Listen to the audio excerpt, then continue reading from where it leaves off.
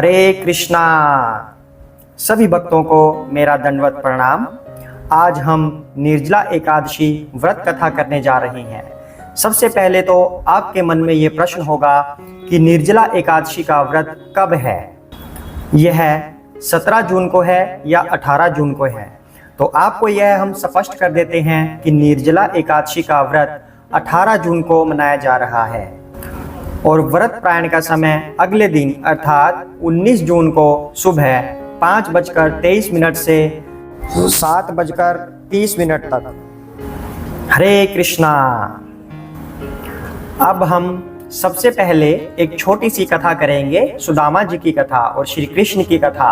उसके बाद हम निर्जला एकादशी की व्रत कथा करेंगे।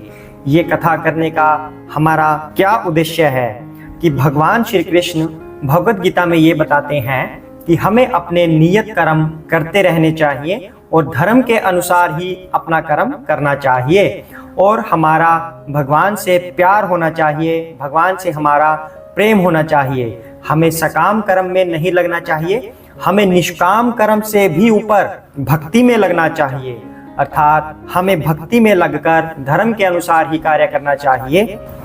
जो हम अपने रूटीन में कर्म करते हैं अपनी आजीविका के लिए, उसे भी कृष्ण भावनामृत होकर करना चाहिए।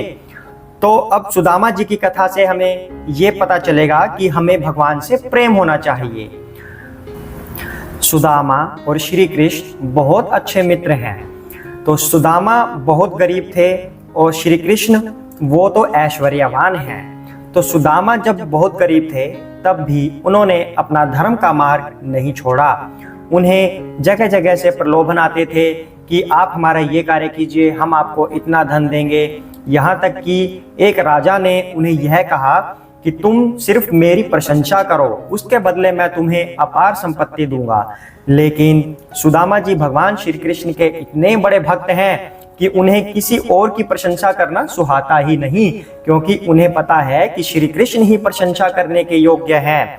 तो उन्होंने अपना कभी भी धर्म का रास्ता नहीं छोड़ा। तो अंत में उनकी पत्नी ने कहा कि तुम अपने मित्र श्री कृष्ण के पास जाओ, वो भगवान भी हैं और तुम्हारे मित्र भी हैं। तो सुदामा पहले तो मना कर देते हैं कि मैं अपने मित्र से कुछ भी मांगने नहीं जाऊंगा। भगवान के सामने हमें कभी भी भौतिक चीजें नहीं मांगनी चाहिए। वही सुदामा कर रहे थे कि भगवान से हमें सिर्फ प्रेम मांगना चाहिए, उनके चरणों की भक्ति मांगनी चाहिए। लेकिन उनकी पत्नी ने फिर उनको समझाया कि तुम कुछ भी मांगने मत जाओ, लेकिन कम से कम उनके दर्शन करने तो जाओ। इतना समय तुम्हें हो गया है और आप अभी तक वहां दर्शन करने के लिए नहीं गए। अपने मित्र के पास जाओ, उनके दर्शन करके आशीर्वाद लेके आओ। तो सुदामा जी इस बात को मना नहीं कर सके और खुशी खुशी श्री कृष्ण के दर्शन करने के लिए चले गए। जब सुदामा पहुंचे श्री कृष्ण के द्वार पर तो पहले तो पहरेदारों ने उन्हें रोका कि तुम कौन हो। उन्हें विश्वास नहीं आया कि इतना गरीब ब्राह्मण हमारे प्रभु का, हमारे श्री कृष्ण का मित्र हो सकता है। लेकिन श्री कृष्ण तो इतने दयालु हैं कि वो कभी भी अमीरी गरीबी ऊंच नीच ये सब नहीं देखते, वो सिर्फ अपने भक्त का प्रेम देखते हैं। तब सुदामा जी को मिलने स्वयं श्री कृष्ण बाहर आए, भागे भागे दौड़े दौड़े आए। तो श्री कृष्ण ने उनका काफी आदर सत्कार किया। उनकी रानियां पास बैठी, वो भी श्री कृष्ण का प्रेम अपने भक्त सुदामा के प्रति देखकर चकित रह गई। तब श्री कृष्ण ने सुदामा से पूछा कि मित्र तुम कैसे हो, भाभी कैसी हैं? तो सुदामा ने कहा सब कुशल मंगल है। हालांकि श्री कृष्ण को सब पता था कि सुदामा की स्थिति क्या है। श्री कृष्ण सुदामा से कहलवाना चाह रहे थे कि ये मुझसे कुछ मांगे और मैं इसे धनी बना दूं। लेकिन देखिए सुदामा ने क्या किया, उन्होंने मांगा नहीं। तब भी उन्होंने मांगा नहीं, तब भी वो सिर्फ और सिर्फ श्री कृष्ण के चरणों की प्रेममयी भक्ति चाहते थे, सिर्फ उनसे प्रेम चाहते थे। लेकिन जब श्री कृष्ण देने पर आते हैं अपने भक्त को, तब देखिए उन्होंने सुदामा के साथ क्या किया। उन्होंने अपने आप सुदामा के मुंह से कहलवा लिया कि सब कुशल मंगल है, कि सब कुछ कुशल मंगल है।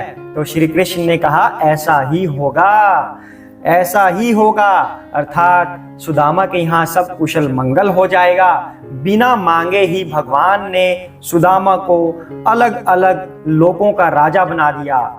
भगवान श्री कृष्ण अपना खुद का लोक भी सुदामा को दे रहे थे, लेकिन वहां पर लक्ष्मी माता ने या रुक्मिणी देवी ने उन्हें रोक लिया कि प्रभु आप ऐसा मत कीजिए, जो ये चावल की मुट्ठी सुदामा लेके आए हैं इस पर हमारा भी तो अधिकार है, आप अकेले इसको पाएंगे, आप अकेले इनकी पत्नी का भेजा हुआ, भाभी का भेजा हुआ ये प्रेम भरा उपहार जो चावल के रूप में आया है अकेले अब आप पाएंगे, हमें भी दीजिए।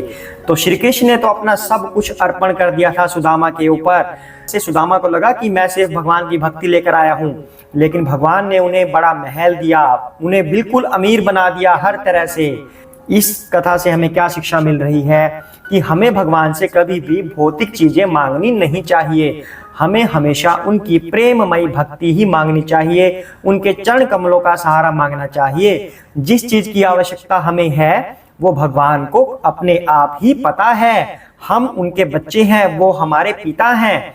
पिता को हमेशा बच्चों के बारे में सब कुछ पता होता है कि बच्चे को क्या चाहिए, इसलिए हमें सिर्फ और सिर्फ भक्ति ही मांगनी चाहिए भगवान से। भगवान हमारी आवश्यकताओं को खुद ही पूरा कर देते हैं। हरे कृष्णा। तो हमें अपना हर कर्म भगवान की इंद्रियों को तुष्ट करने के लिए करना चाहिए, ना कि अपनी इंद्रियों को तुष्ट करने के लिए। तो आइए अब हम निर्जला एकादशी की व्रत कथा करते हैं, जो भगवान की खुशी के लिए हम ये व्रत करते हैं। हरे कृष्णा। अथ निर्जला एकादशी व्रत कथा ज्येष्ठ मास शुक्ल पक्ष की। भीमसेन बोले, हे महाबुद्धि पितामह, मेरी बात सुनो। युधिष्ठिर, द्रौपदी, अर्जुन, नकुल, सहदेव ये एकादशी को कभी भोजन नहीं करते। वह मुझसे नित्य कहा करते हैं कि हे भीमसेन, तुम एकादशी को भोजन मत किया करो। मैं उनसे कहता हूँ कि हे तात, मुझसे भूख सही नहीं जाती, मैं दान करूंगा और विधि पूर्वक केशव का पूजन करूंगा, परंतु बिना उपवास किए एकादशी के व्रत का फल कैसे मिले। भीमसेन का वचन सुनकर व्यास जी बोले, जो तुमको स्वर्ग अत्यंत प्रिय है और नरक बुरा मालूम होता है, तो दोनों पक्षी एकादशी को भोजन नहीं करना चाहिए। भीमसेन बोले, हे महायुद्धे, एक बार भोजन करने से भी मुझसे नहीं रहा जाता, फिर उपवास कैसे करूंगा। हे महामुने, वृक नाम का अग्नि सदा मेरे पेट में रहती है, जब मैं बहुत सा अन्न खाऊं तब वह शांत होता है। हे महामुने, मैं एक उपवास कर सकता हूँ जिससे स्वर्ग मिल जाए, उस व्रत को मैं विधि पूर्वक करूंगा, इसलिए निश्चय करके एक व्रत बतलाइए जिससे मेरा कल्याण हो। व्यास जी बोले, नराधीप, तुमने मानव धर्म और वैदिक धर्म सुना है, परंतु कलयुग में उन धर्मों को करने की शक्ति मनुष्य में नहीं है। सरल उपाय, थोड़े धन और कम परिश्रम से महाफल प्राप्त होने की विधि मैं तुमसे कहता हूँ, जो कि सब पुराणों का सार है। जो दोनों पक्षों की एकादशी का व्रत करता है वह नरक में नहीं जाता। व्यास जी का वचन सुनकर भीमसेन पीपल के पत्ते की तरह कांपने लगे और डर कर बोले, हे पितामह, मैं क्या करूं, मैं उपवास नहीं कर सकता, इसलिए हे प्रभु, बहुत फलदायक एक ही व्रत को मुझसे कहिए। व्यास जी बोले कि वृश्वा मिथुन के सूर्य में ज्येष्ठ मास में शुक्ल पक्ष की एकादशी है, उसका यंत्र पूर्वक निर्जल उपवास करना चाहिए। स्नान और आचमन में जल का निषेध नहीं है। माशे भर स्वर्ण का दाना जिसमें डूब जाए उतना ही जल आचमन के लिए कहा गया है, वही शरीर को पवित्र करने वाला है। गौ के कान की तरह हाथ करके माशे भर जल पीना चाहिए, उससे थोड़ा या अधिक जल पीने से मदिरा पान के समान होता है। और कुछ न खाएं, नहीं तो व्रत भंग हो जाता है। एकादशी सूर्योदय से दूसरे दिन के सूर्योदय तक जलपान न करें। ऐसा करने से 12 महीने की एकादशी का फल उसको बिना यत्न से मिल जाता है। फिर द्वादशी को सवेरे निर्मल जल में स्नान करके ब्राह्मणों को जल और सुवर्ण का दान करें। फिर व्रत करने वाला कृत होकर ब्राह्मणों सहित भोजन करें। हे भीमसेन, इस प्रकार व्रत करने से जो पुण्य होता है उसको सुनो। साल भर में जितनी एकादशी होती है उनका फल इस एकादशी के व्रत करने से मिल जाता है, इसमें संदेह नहीं है। शंख चक्र गदाधारी कृष्ण भगवान ने मुझसे कहा है कि सब धर्मों को छोड़कर मेरी शरण में आओ। एकादशी को निराहार रहने से मनुष्य सब पापों से छूट जाता है। कलयुग में द्रव्य दान से शुद्धि नहीं है, स्मार्त संस्कार से भी सद्गति नहीं होती। इस दुष्ट कलयुग में वैदिक धर्म भी कहाँ है। हे वायुपुत्र, बार बार विशेष क्या कहूँ। दोनों पक्ष की एकादशी में भोजन न करें। ज्येष्ठ के शुक्ल पक्ष की एकादशी में जो फल मिलता है उसे सुनो।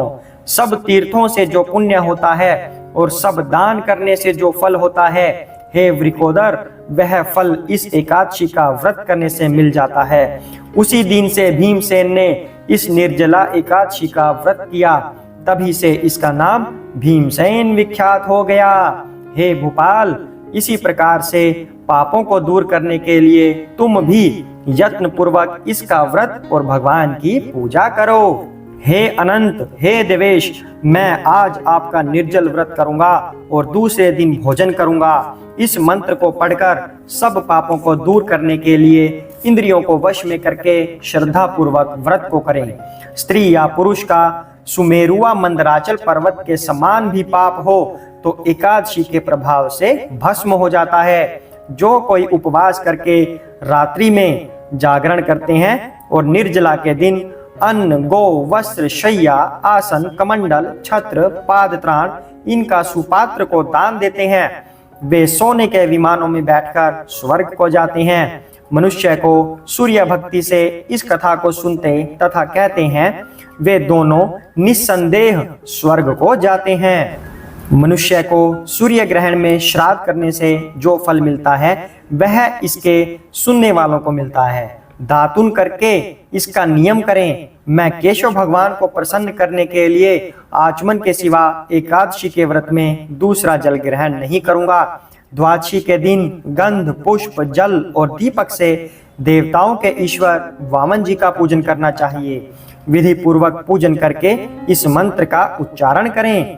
हे देवताओं के ईश्वर, हे इंद्रियों के ईश्वर, हे संसार समुद्र से पार करने वाले, जल से भरे हुए कलश और पंखी के दान करने से मुझको परम गति दीजिए। ऐसा कहकर ब्राह्मण के लिए शक्ति के अनुसार कलश देने चाहिए। इस प्रकार जो पवित्र और पापों को दूर करने वाली इस एकादशी का व्रत करता है वह सब पापों से छूटकर परम पद को प्राप्त होता है। हरे कृष्णा।